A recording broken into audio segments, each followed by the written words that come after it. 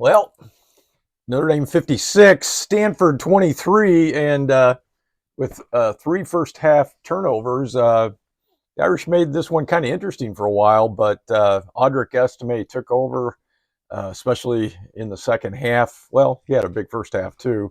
And the Irish got their ninth win tonight. So for Fighting Irish Preview and fightingirishpreview.com, I'm Phil Houck.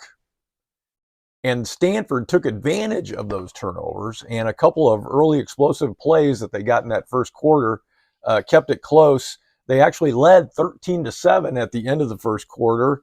But from there on, it really was all Notre Dame. And it was the Audric Estime show with a special guest appearance from a defensive player who we'll talk about later. Estime finished with 238 yards rushing, 4 touchdowns. He averaged 9.5 yards per carry. That was the fourth biggest single game rushing total in Notre Dame history. In case you didn't know, the record is held by Julius Jones, 262 yards. He rushed against Pittsburgh, I believe, 2003.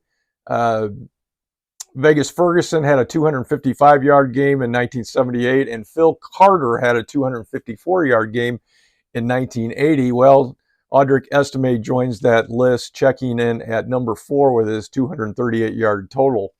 And he raised his career total into really rarefied air.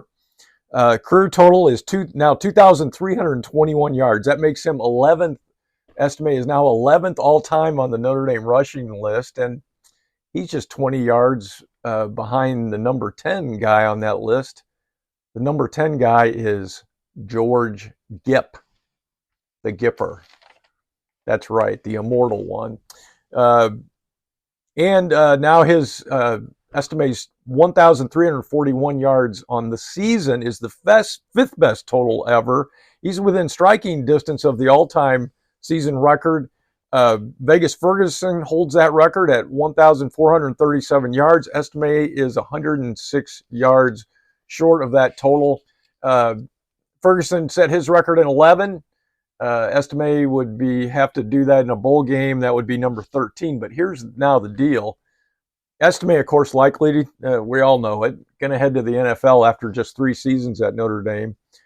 He's that good. And has he played his last game, though? Will he opt out of a bowl game? I don't know. I just don't know. We shall see. Frankly, I would understand if he did. I get it. But nonetheless, a historic night by Audric Estime, and the Irish totaled 521 yards of offense in the game, 381 yards of rushing. That's a big, big number. Defensively, they had 4 sacks, 9 tackles for loss, and the special credit on the defense for his performance of tiptoeing down the sidelines after a blocked field goal attempt. Javonte Jean-Baptiste, all 275 pounds of him, 280, scoops the ball up, tiptoes down the sidelines 60 yards, really an acrobatic, athletic play by the big man. He manhandled the field goal kicker, Carty, who had 3 or 4 field goals on the night, 3, I think, and actually put him out of the game with a stiff arm. So really some skill shown by Javonte Jean-Baptiste. So now, with the end of the regular season, it's bowl season. So where are the Irish going? That's what everybody wants to know. That's what I want to know. I want to know where I got to buy my plane tickets. Odds are it's the Reliaquist Bowl in Tampa on New Year's Eve against an SEC opponent, maybe LSU. Good chance it would be LSU. That'll start to clarify over the next week or so exactly what's going to happen to make that happen in the conference championship games that are coming up this week. The bids for the bowls come out a week from tomorrow, Sunday afternoon. So 8 days away, and they come out after the conference championship games, which will all be next weekend.